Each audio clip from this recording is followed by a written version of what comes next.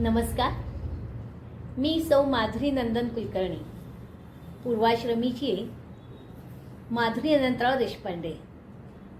अर्थातच आपण सगळ्यांनी ओळखलंच असणार. आज मला काम परिसर यूट्यूबवरती 8 मार्च महिला दिन म्हणून आमंत्रित केलं गेलं. सर्वप्रथम त्यासाठी मी काम परिसर परिवाराला धन्यवाद देते. महिला दिन, 8 मार्च महिला दिन, चला साजरा करूया. पण खरंच मला सांगा, एक दिवस, फक्त एक दिवस महिला दिन म्हणून, महिलेचा म्हणून साजरा करून चालेल का हो? नक्कीच नाही. महिला दिन हा 365 दिवसही मनवला तरी कमीच आहे. कारण फक्त विचार करा की एखाद्या परिवारात, संसारात एक दिवस महिला हरताळवरती गेली, संपावर गेली, केवढी त्रेधा उडेल नाही घरामध्ये? मग सांगा, प्रत्येकच दिवस महिलेचा असताना आम्ही फक्त एकच दिवस का मनवावा? पण चला, हरकत नाही. महिला दिनाच्या आठवणी, जसा वाढदिवस एक दिवस मनवून आम्ही आमचा वर्षभराचा आनंद उत्सव करत असतो, तसाच महिला देखील 8 मार्च रोजी महिला दिन साजरा करून आनंदोत्सव साजरा करत असतात. खरं तसं पाहिलं तर महिला अगदी अनादी काळापासून खूप कर्तबगार, आत्मविश्वासी असे आहे. तुम्ही बघा, जिजाऊने शिवाजी घडवला तो स्वातंत्र्य मिळवण्यासाठी.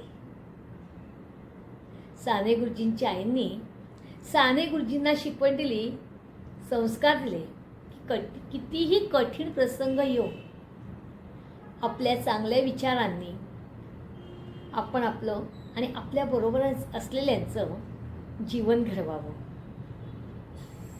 त्याचप्रमाणे अहिल्याबाई होळकर यांनी आमच्या संस्कृतीचा, धार्मिकतेचा पाया मजबूत करण्याचा विचार करून आपलं सारं आयुष्य खर्च केलं. तर झाशीची राणी, वीरांगना झाशीची राणी, हिने तर आपल्या पाठीशी आपलं मूल बांधून रणांगणात उतरली. मग तुम्ही सांगा, आजच आम्ही फक्त महिला दिन का साजरा करतोय? महिला खऱ्या दृष्टीने आत्मविश्वासी, स्वयंसिद्धा अशी आहे. आणि स्वयंसिद्धा ही कधीही शांत बसत नाही, ती नेहमी जागरूक असते. महिला एक सशक्त असं रूप आहे आणि या सशक्त रूपाने आपल्या संसाराचा गाडा सांभाळण्याचं खूप मोठं जबाबदारीचं काम देखील आजच्या काळामध्ये स्वतःवरती घेतलं आहे. आजच्या या महागाईच्या काळात फक्त पुरुषाच्या अर्थार्जनावरती घर सांभाळणं, मुलांना उच्च शिक्षित करणं खरोखरच कठीण होऊन बसलंय.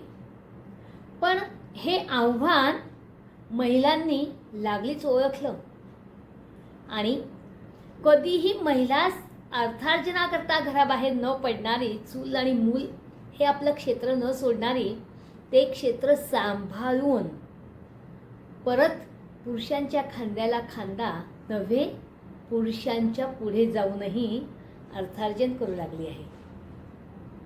खरोखरच आम्ही म्हणतो की आजच्या मुली, पण खरं सांगू, आजच्या मुली शिक्षण घेण्यासाठी अगदी अजाण असताना 10वी पास होतात आणि आपल्या आईवडिलांपासून लांब जाऊन शिक्षण घेतात.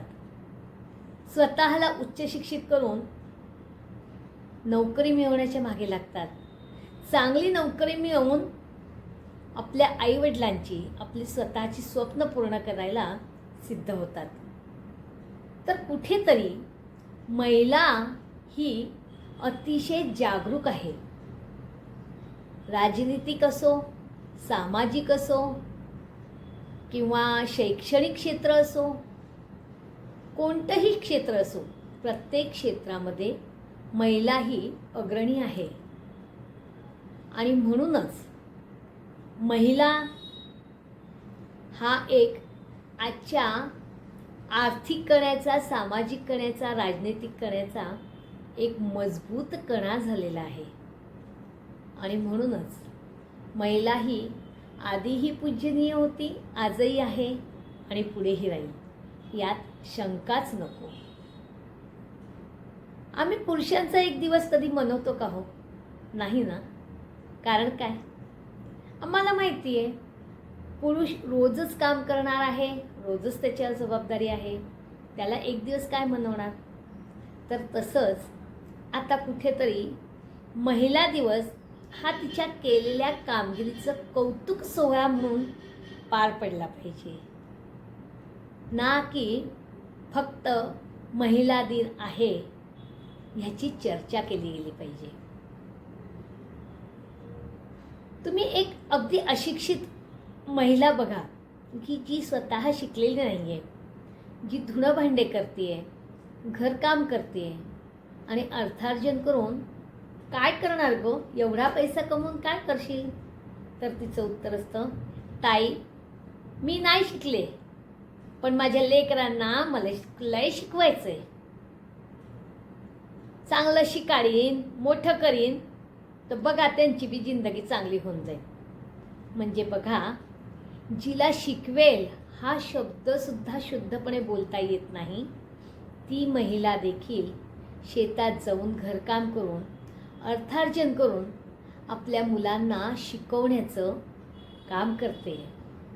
म्हणजेच महिला जन्माला येते तेव्हा ती लक्ष्मी म्हणून जन्माला येते. मुलगी झाली म्हटल्यावर म्हणतात लक्ष्मी आली. ती मोठी होते तेव्हा ती अन्नपूर्णा होते. सासरी जाऊन सगळ्यांचं उदरभरणाची जबाबदारी आपल्यावरती घेते. त्यानंतर मुलं बाळ झाल्यानंतर त्यांना शिकवण्याची जबाबदारी घेते. म्हणजेच ती सरस्वतीचं पण रूप आहे. वेळ पडली तर ती कमवायला सुद्धा घराबाहेर पडते. म्हणजेच ती लक्ष्मीचं रूप झाली. महिला खरोखरच एक हळवी, ममतामयी आणि सगळ्या प्रकारची रूपं घेणारे असं एक व्यक्तिमत्व आहे. खरं तर मला असं वाटतं की परमेश्वराने महिलेला बनवून जे तो सगळ्यांसाठी करायला अगदी प्रत्यक्षपणे येऊ शकत नाही, ते जबाबदारीचं काम महिलांना दिलेलं आहे, एका स्त्रीला दिलेलं आहे. घरातील आजारी लोकांची सेवा करणं, वयस्कर सासू सासऱ्यांना, आईवडिलांना सांभाळणं, ही सुद्धा जबाबदारी ती पूर्णपणे आपलं स्वतःचं दुखणं, आपलं रोजचं वैयक्तिक जीवन बाजूला सारून बाकीच्या जबाबदाऱ्या पूर्ण करून तेही करण्यास सिद्ध झालेली असते. आणि म्हणूनच महिला खरोखर एक कौतुकास्पद असं आयुष्य आहे आणि ते परमेश्वराने आपल्या सर्व सखींना दिले. त्यासाठी आपण परमेश्वराचे अगदी मनापासून आभार मानले पाहिजे. जे पुरुषही करू शकत नाही, म्हणजे स्वयंपाक पाणी, एक माता होणं, मुलांचं संगोपन करणं, स्वतःबरोबर सगळ्यांना सांभाळणं, ते एक महिला करू शकते. आणि म्हणूनच आम्ही बघतोय की आजही आमच्या ज्या वयस्कर घरातले सासू आहेत त्या त्यांचे अनुभव सगळे बघतात. आज सगळ्या सुनांना, नातसुनांना, मुलींना, लेकींना भरभरून सहकार्य करतायत त्यांच्या प्रगतीसाठी. आणि खरोखरच महिलांनी देखील आपल्या जबाबदारीची जाणीव ठेवून आपलं कार्य करावं आणि महिला दिनी आमचा कौतुक सोहळा व्हावा, असंच कर्तव्यपूर्ण आपलं आयुष्य ठेवावं, ही सगळ्यांना माझी आज कळकळीची विनंती. चला तर आज आपण आपला महिला दिन साजरा करूया. आज मला या मंचवरती बोलवलं, खूप खूप मनापासून आनंद वाटला. असेच भेटत राहूया, असेच चर्चा करत राहूया. पुन्हा भेटूया. कांग परिसर यूट्यूब चॅनलला परत एकदा धन्यवाद. मी आपली सर्वांची माधुरी आता इथेच थांबते. धन्यवाद. नमस्कार.